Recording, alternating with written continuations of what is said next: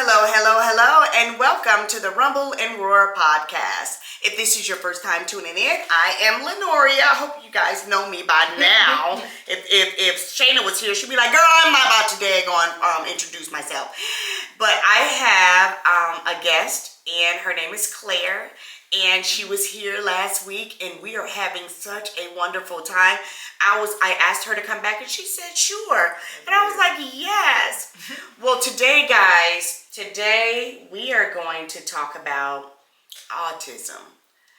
You know, it just seems like to me, Claire, that it's just more kids today have autism than they did back in the day, back in the day. And I wonder what is going on. I did some research, and we're going to go over this right here, but I thought that it was, and it might be, I'm not ignorant, guys, but I just figured it might have been from the shots, but no, it clearly states, do vaccines cause autism?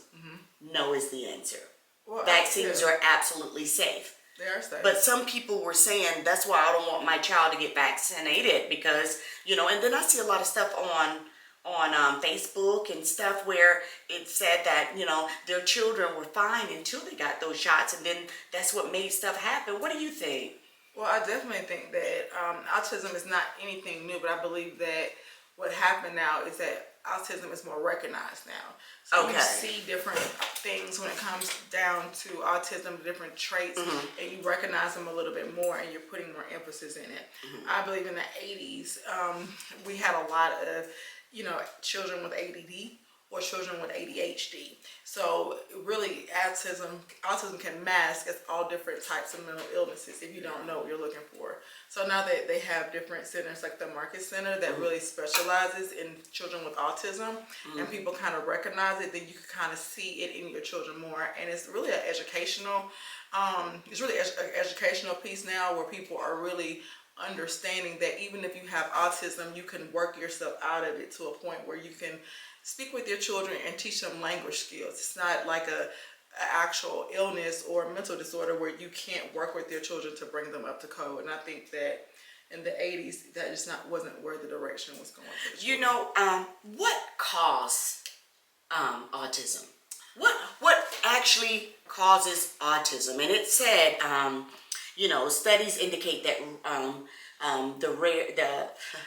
studies indicate that rates of autism is rising, of course, but it's caused, the cause is unknown. They don't know, but scientists says it's a rare gene. It's a gene that is and it's a mutation in the bodies and stuff.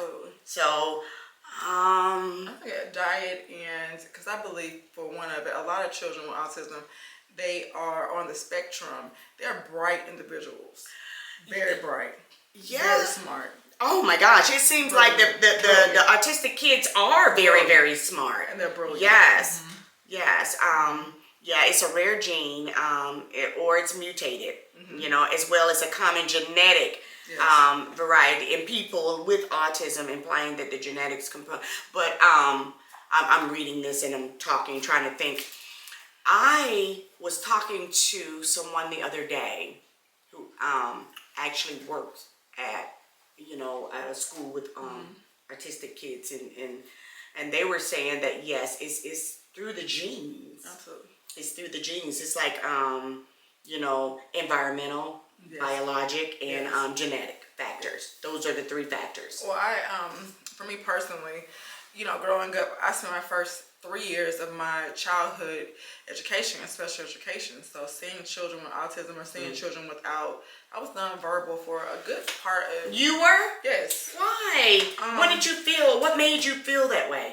Well, it wasn't that I felt any type of way. It just was like a language barrier for me. And I did a lot of daydreaming a lot. And I just would sit there in class and I wouldn't know how to get started. So I was all in my head when I was growing up. So it made me kind of get to a stopping point where behaviorally it looked like I was nonverbal, because just because a child expresses their behaviors but might not verbally be able to do those things. So you have to really pay attention to those things. And I believe now, like 1 through 4, you're kind of paying attention whether or not your child has a speech impediment, or you're making sure your children are meeting different developmental things. And sometimes with life going so fast, it takes you a minute, especially if you're using a daycare provider like from 6 to 6.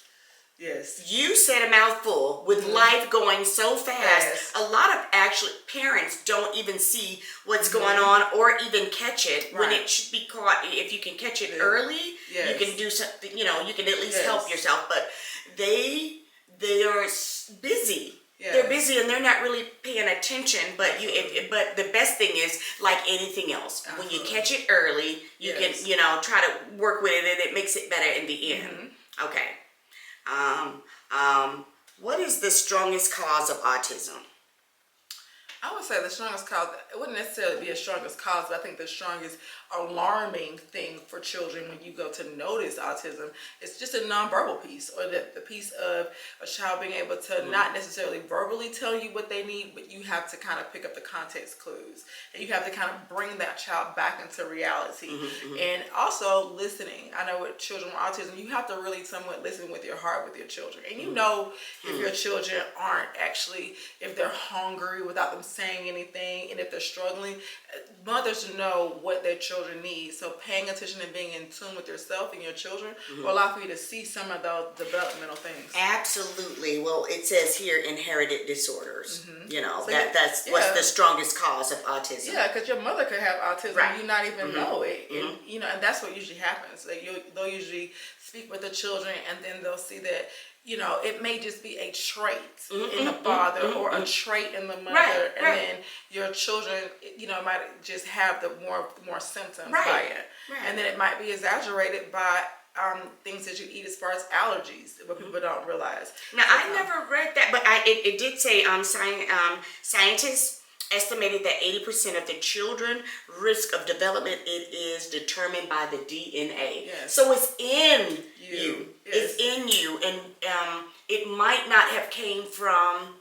I wonder, does it go further down? Has to. Yes, because it's inherited. It is. So just because it might not show up in this, it might show up in different ways. So it might not show up in a situation like, your child in the 80s, because a lot of times we work past whatever we're going through, and now we are. That was back then. Yes, and right now today, people. This is what's good though, and you said a mouthful right there, Claire, is because now. When someone have anxiety, people have anxiety, and they're quick to say, "Okay, you're freaking out. You're really just going through some things, and you just cannot. You're just freaking out." Right. It's a good thing now. It's anxiety. Back in the day, that was no let anxiety. your ass freak out. You were a goddamn basket case. You were cuckoo for Cocoa Puffs. Right. You were They call you crazy. They call you everything, and it's so good that now today. That there is they give it a better title, and then it's accepted. It wasn't accepted back in the day. It's not accepted you today, you really. go and start freaking out, and you're not being able to handle stuff. You crazy, leave her alone. Right. You know what I mean? And that's the thing, like we are always pushed past our limits anyway. So when we feel like our body feels like it's a stopping point, or we just feel like we're at a stopping point, it's a good idea to kind of stop, but we still go past that because of the way we're raised. We're raised to be tough and fighters. Okay, right here it says, do autistic kids yell a lot? Absolutely. Yeah, absolutely. Well, autistic kids, they may yell when they're overwhelmed or they're frustrated. Absolutely. Yeah. Absolutely. But you know what? One thing I don't like to do is mix and talk too much about my babies, because they're dear to my heart. But there are things that I took a couple of a few classes on autistic kids and autistic, but this is something that's so touchy, because if you try and tell a parent, what you observe, you're not telling a parent, hey, your child is XYZ. You're not doing that. Let me just speak for myself, okay? I got to tell this story. I'm a daycare provider, 27 years. Everybody knows that if you have been following me or watch me. And there are some you observe your children. We have Fun Fridays. Yes. Fun Fridays is where, I'm not doing the teaching. We have a routine. We're going to be, you come in there, you get your breakfast, and then we go straight to our learning. We go to, our arts and crafts, and then we go outside to play. We do, we just have structure. On Fridays, Fun Fridays, just go at it. Really? Have fun, do what you need to do, but that's my day to observe the children. Yes. Claire, when I'm observing, I observe them anyway throughout the week, but I really can sit back because I don't have to actually be there trying to teach and get my little pointer and point to the ABCs, and I'm watching them. And what I see, if it's something that I feel that I need to share with a parent, I do. Do you know that's the hardest thing? Absolutely. To do?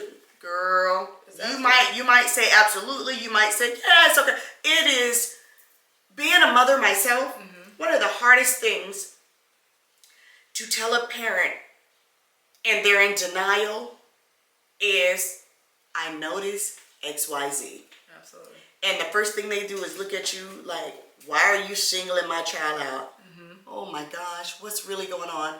I'm not singling a child out. What I'm trying to do is tell you something so you can do early detection. Absolutely. It's so good in anything that goes on in your life. Right. Whatever you do, if you catch it early, you might have a better chance. Absolutely. Cancer, anything, even autism. If you catch it early, they can work with you and try to get. But you can absolutely work. I have gone through girl, Claire, when I tell you the things that I've gone through, that I've talked with, I've had a couple, not a couple is two. No, I've had a few. Let me say a few parents that I would go into, and I would say, I noticed XYZ, and I just feel, I believe that why don't you check that out, or just bring it up to your pediatrician. Primary physician or your pediatrician let them know, what your daycare provider said. You didn't even got to say, this is what I think. Say, she said she was observing them and this is what she saw.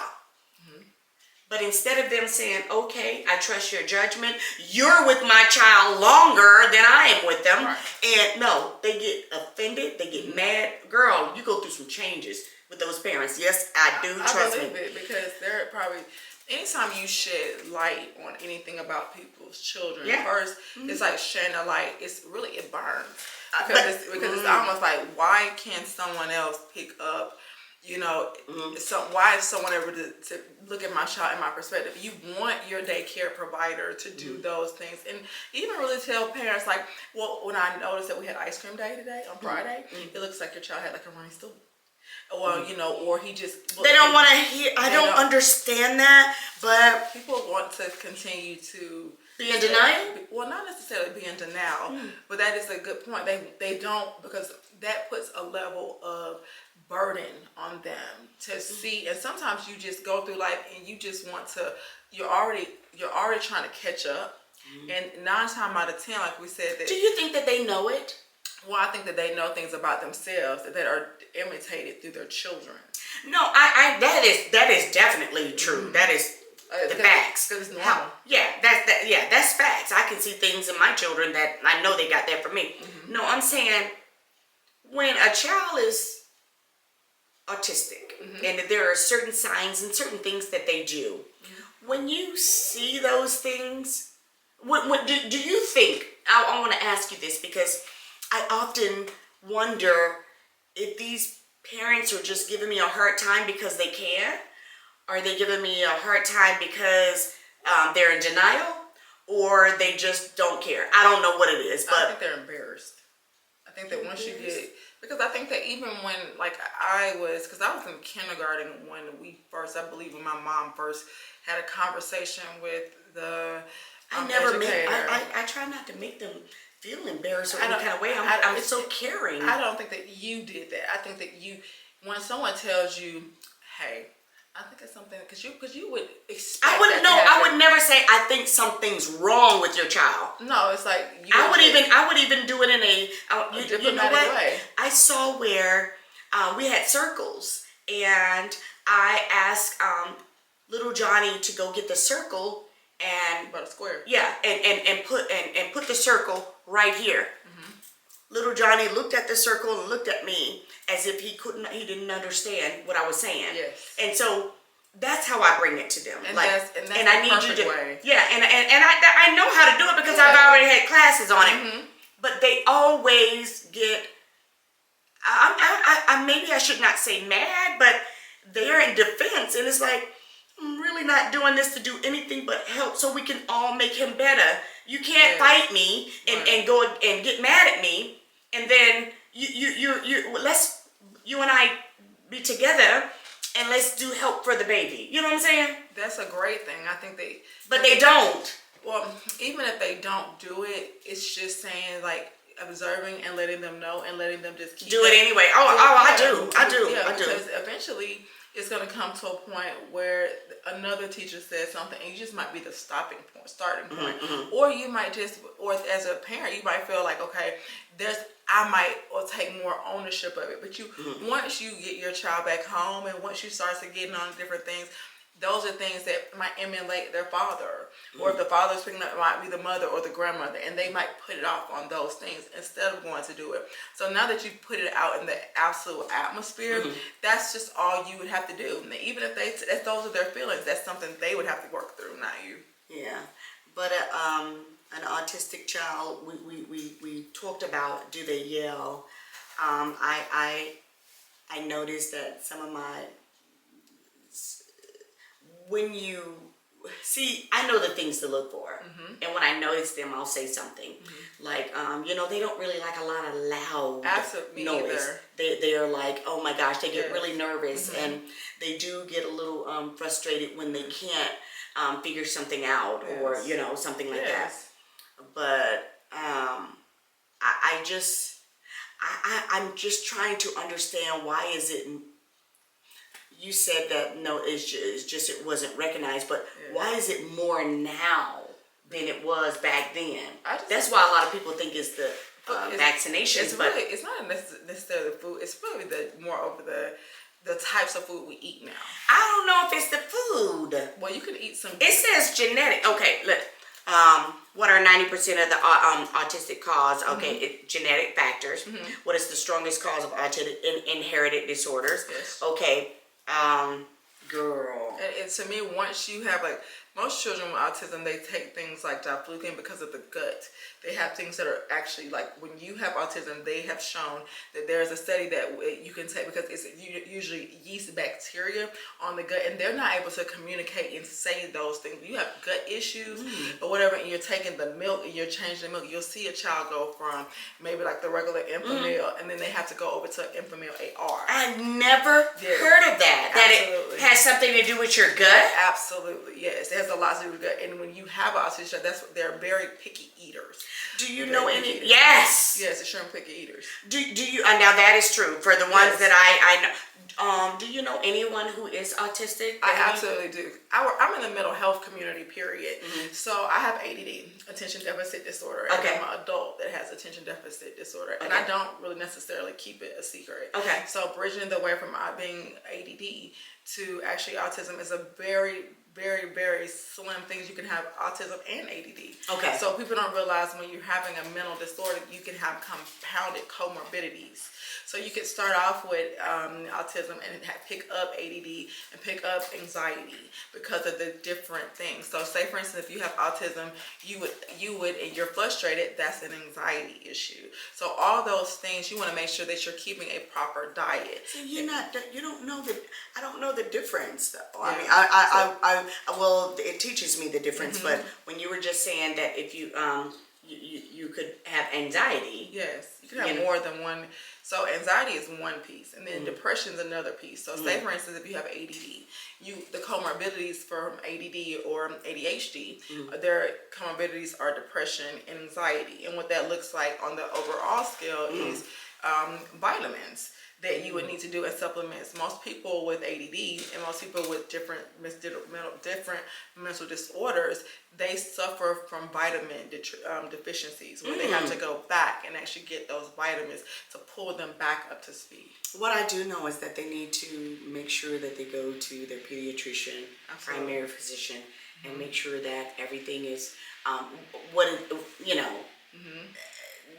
let me see. It is what it is to make sure that it is what it is. Yes. You can't assume. Right. You can't say, well, it might be this, it might be that. And when you notice it. Yes.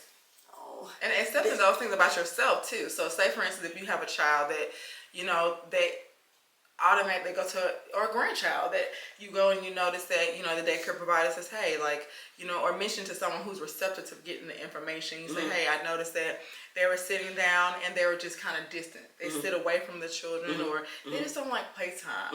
I've noticed a different behavior. Right, so it starts right in preschool so that you can see it. And then so even a child with autism or even ADD, you can work them out of those things and help them communicate. But you have to do it more on a 1-on-1 or 1-to-7 ratio, 1-to-8 ratio to bring them back up to make sure they can communicate. But if you're in denial and you just you don't want that to be, no one wants it to be, but if you're in denial and you tell someone what's going on and they're like, no, there's nothing wrong, everything is fine, and you're letting these years go by that you could have worked with them that you could have worked with them from day one and made it better, and by the 4th year they already, you've already put stuff in them to make it good. But you were in denial from 1st year, 2nd year, 3rd year, 4th year. Now it's the 5th year. They're real good into whatever they were doing. If it's stuttering, if it's and that's not it. But that's not ADHD or even autism. But pardon me. But whatever it was, you've let 4 or 5 years. Yes, years go by. That's time blindness. That's really going to tapping into, like, say for instance, a parent has ADD. And the parent is still going or not actually keeping up with the speed. And has never gotten any kind of help or anything. Or they're having issues like, just say for instance, the way they are at daycare or the way they are at home, and that time that you manage, it can be frustrating to the parent. And then years go by of you just trying to get your child going and you trying to keep yourself going, and the daycare provider 1 day or 2 days or the time that they're there say, hey, I noticed something. You're still going. You're still kind of going as a parent, and you're still raising that child. And it's painful to hear, to see that, because it appears like a behavior issue when it's not that. No, not at all. It's not a behavior issue. But if you had a knowledgeable daycare provider such as myself, you will know that what they're doing. This is something else. It's not a behavior thing. It's something else. However, I am just here to say that please, guys. Please. Yes, the autism, it seems like there's more now today than it was before.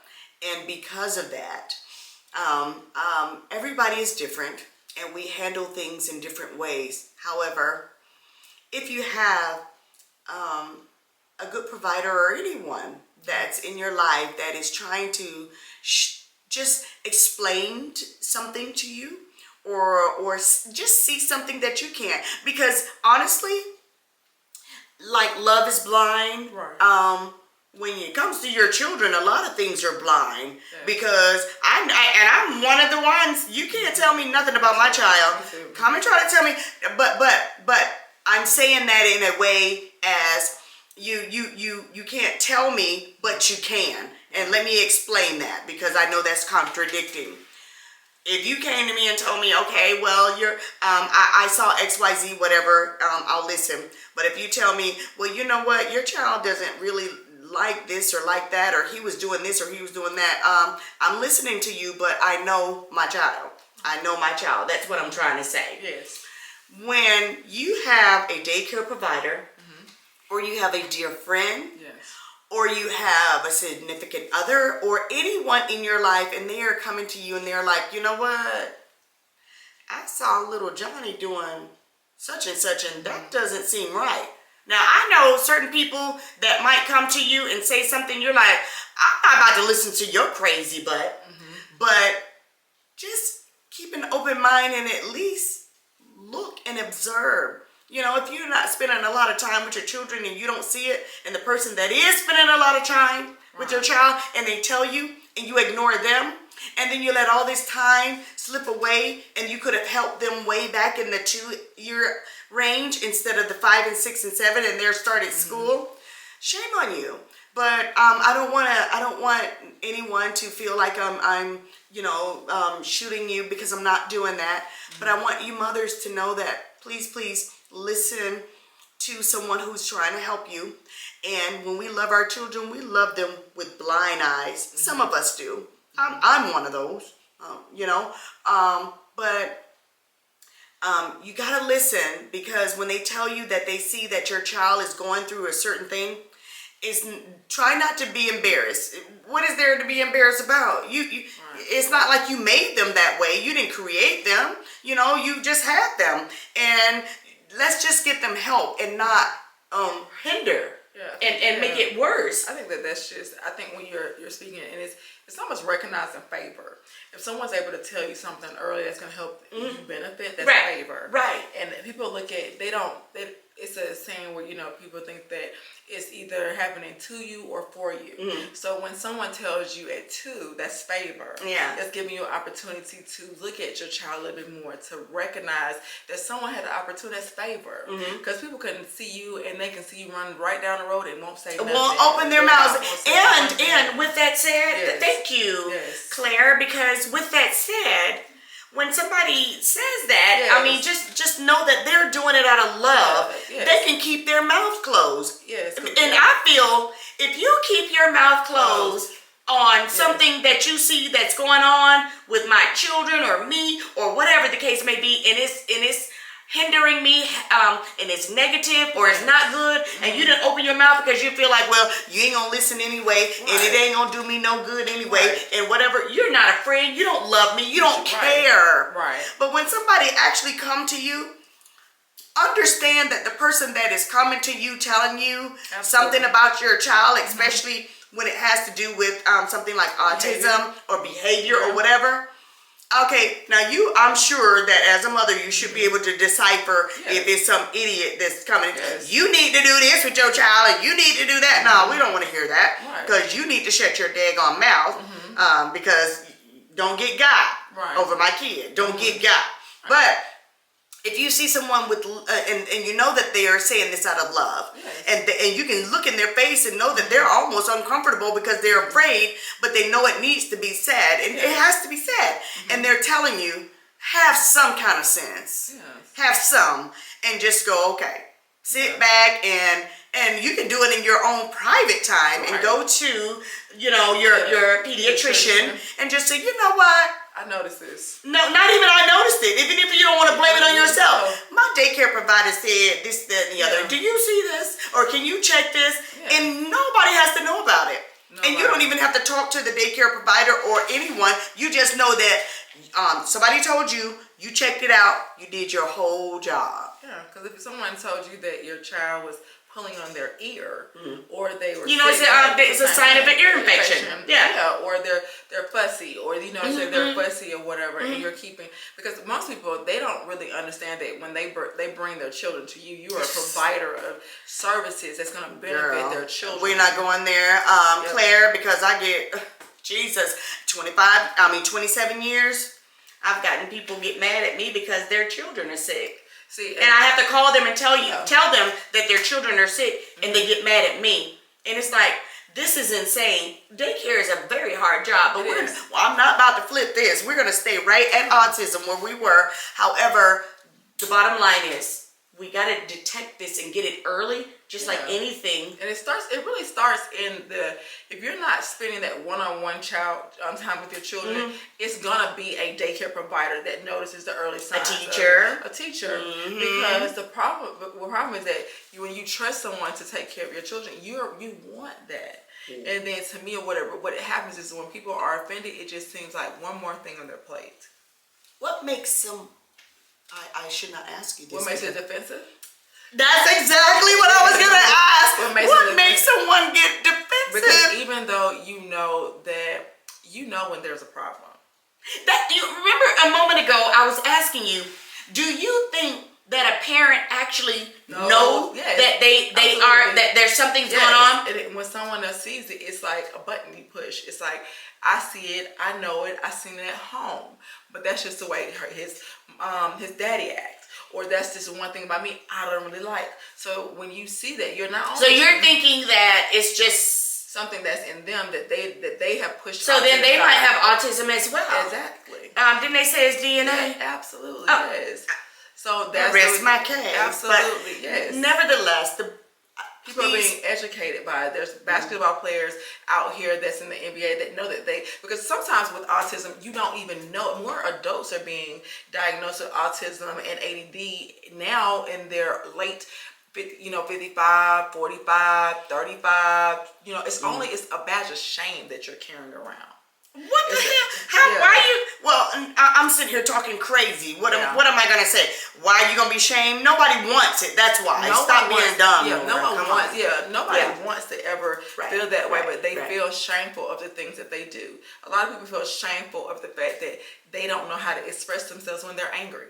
They get frustrated and blow up and walk off, and every time they show up for an argument, every time they can't communicate, they feel that way, and then their daughter or their son emulates that into public, and it may look like a behavior that they picked up when that's not necessarily a behavior they picked up. It's something that's already in them. Yeah, it's a behavior that they picked up as well, though. Mm-hmm. It is a behavior because they saw that. Yeah, it's that behavior. Mm-hmm. The first thing was like environmental. Mm-hmm. So if you're putting yourself in the environment, because nobody really sees what happens when you leave and go off to your respective homes. So you don't know how chaotic the home is, if the child is actually keeping their room clean, if anyone's following the proper. So I just know when you get here, your child gets to a place where they're being observed properly, I notice these things. But at home, when there's toys everywhere, dishes in the sink or whatever, those children, and you're not able to see that, you're just seeing he just goes to sit down or go do what you tell him to do, or maybe not even that. You know what, Claire? I just hope that people get help and people listen. And just observe your child. Don't be in denial. Get off your it's cell your phone. Baby. Get off your cell phone. Get off your cell phone. And not even that. I mean, even if they are on them, get off your cell phone. And pay attention. Yeah, pay attention. Look at your children. Spend time. And when you see it, why are you brushing? Please don't. Brush it off. Yeah, and I can say, why are you doing it? Because I don't have an autistic child. However, whatever the reason may be, even if you're doing it or not, understand that just like cancer or anything else, you have to get it early, and then you can help your child. And if you have someone who is loving enough to let you know that they saw it, don't just block them out as if they are trying to hurt you. Absolutely. You can get it. You can, whatever they tell you, you can just listen and do what you do in your time, which is try to see what's going on. You know, this is the last question. I when I read this, I left this for last because I really didn't know this. I didn't know this until I did this research, and it says why is autism life expectancy lower? Yeah, it's because you're putting yourself through, like, anytime you put yourself through frustrating situations or have any type of mental disorder, it's taxing on your brain. Yes, but you know what? That's so good that you can actually just flow that off. But I would have never been. I'm wondering why. But it says autistic people have shorter life expectancy than non-autistic people, particularly due to high risk for genetic and medical issues, and particularly due to stress of existing in a world not built for you. Right. This, guys, I can't even imagine that a little child or a grown-up or anyone with they're autistic and they're going and they're trying,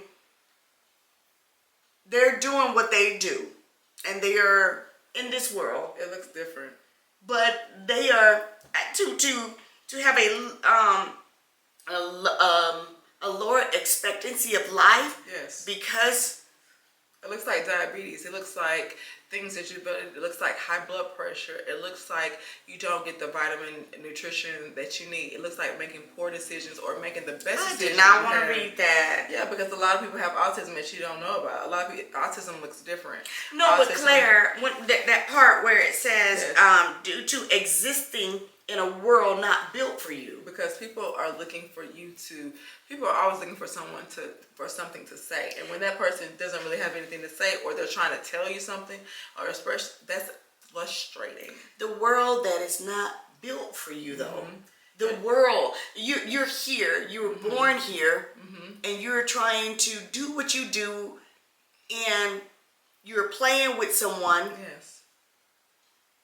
And your thought process is totally different from theirs. Yes. Oh Lord. I'll give you so your brain, I'm just thinking out loud. Yeah, I'll give you your brain is actually working to fight. Overworking, trying to see, first of all, why am I like this? And why is it so frustrating to me, and why isn't it not normal? But why can't I just go over there and be calm? Why am I angry over here? So your brain is saying, I'm here, and it's too much extra work. It is, because I can't even. Well, if you think about it, and I'll leave you, I guess, with this, is that a lot of people don't realize that it takes work for you to, for people who have mental disorders, autism, ADHD, when they wake up in the morning, they sit there for a minute so they can get their brain to kind of wake up. Sometimes you might see the individual on the other side of perspective, but you don't know that we have to push ourselves to get up and do the things that kind of come naturally. That sounds like old age to me. It does, but you can't. But you don't. Some people that are neurotypical, they will actually get up and go to the bathroom and take a shower and know what they're gonna wear. And for people that have mental disorders, it takes them a whole lot more. I get it, and that's why they said that existing in this world. Yeah, because people that's not built for you. Yeah, because people automatically get up and just do things not out of habit, but automation. And in autism and different disorders, what ends up happening is that you have to push yourself every single day. Like, you have to be self-motivated. You have to push yourself. And if you learn that skill early on, you'll know how to fight the rest of your life. And that's what I was saying is that when you catch it early, like anything else, you maybe better equipped to deal with it better. Yes, absolutely. Yeah. Okay. Yeah. So you learn coping mechanisms. Yes. So that you don't have to be frustrated throughout life. So, my goodness. Oh, guys. Autism is real. Absolutely. We all know it, and it is on the rise. It seems like there's no seem like it's higher now than it was back in the day. However, this is just, I just want you to know to please, if someone tell you about your child, just listen. You do not have to get angry. You do not have to act up. You don't have to and then try not to just do a deaf ear, blind eye. Early detection is key. There is nothing wrong with saying, you know what, even when you go to the doctor, even if you don't believe it, go to the doctor and say, you know what, my provider, my sister, my cousin, my auntie, and she's a drunk. I didn't believe her, but I just want to tell you anyway. You know what my drunk auntie said? That my child, this, that, and the third. Just tell the pediatrician so they could see if indeed what your drunk auntie said might have some truth to it. And you know what I mean? And I was saying that as a joke, but no, I'm saying that because I really want people to know that the truth, it can come from anybody. That is absolutely true. Yes. So the truth doesn't, like I said, favor. When someone tells you something, that's favor. Yes. And to me, love too. It is love. So favor is love. Because let me tell you something, Claire. If I don't care about you, I'm not saying nothing. What am I gonna waste my breath for? Absolutely. I don't know you. Right. So I'm about to sit here and say such and such and such. Even though I'm a nurturer and I am a very loving person, I could not watch anyone get ready to fall off of a cliff and I say, hey, don't do that. I would say something to you and I don't know you. But for the most part, I'm not going to just intervene and just jump into somebody's stuff and try to, no, I don't love you like that. I don't know you like that. So if I'm coming at you and telling you something, that's love. There is something there. Yeah. And it's positive. Yes, and to me or whatever, that's, I understand that people care about you, and you've actually placed your children in great hands. Because to me or whatever, that's what I want. You know, I have 2 daughters, and when they were growing up, that's what I wanted for them. I wanted them to be in environments where someone could come to me and tell me something that they saw, eating disorders or see. Back in the day, people appreciated your feedback. Absolutely. So they can. Today is a whole different story. Yes. And to me, that's when you need to, because you're being more present. I realize that if someone tells you that, don't take it offensive. That just means that you need to connect with their children a little bit more. Exactly. And, you know, eat dinner with their child, play with their children. Because if you don't play with your children or actually interact, or if you're too tired to, you will miss the signs. All those things are, I think, are actually about to be obsolete and scarce. I'm saying that as a joke because that kind of stuff is not done. It's not done. It's not done. You have to promote it, and you have to actually make time to spend time with your children. You have to say to yourself, and you have to listen and say, listen, we've got a great daycare provider, but we're going to eat dinner together. We're going to really connect because when you go to it, it's like, here comes another problem. Back in the day, we used to, at 6 o'clock, my whole family, I was just talking to somebody about this, but I don't want to make this a long story. Every single day, dinner time, 6 o'clock. Absolutely. That I don't see that today, and just because I don't see it doesn't mean it's not happening. Right. But guys, I just want you to know that please observe your child, look, and then listen to your loved ones and your family and friends and people that, you know, kind of try to tell you something. Don't do a deaf ear and a blind eye, because it's not even about that. Help your child. The bottom line is to help your child. But with that said, if you would like to DM us and actually if you want to just ask some questions and we can help you, we will do it in the best way we know how. Pardon me. Pardon me. With that said, feel the rumble and listen to the roar, and we'll see you next time. And we'll see you next time. Dang, I was all choked up. I guess they didn't want me to stop. I'm like, dang. But anyway, yes, I really hope that they listen. Yes.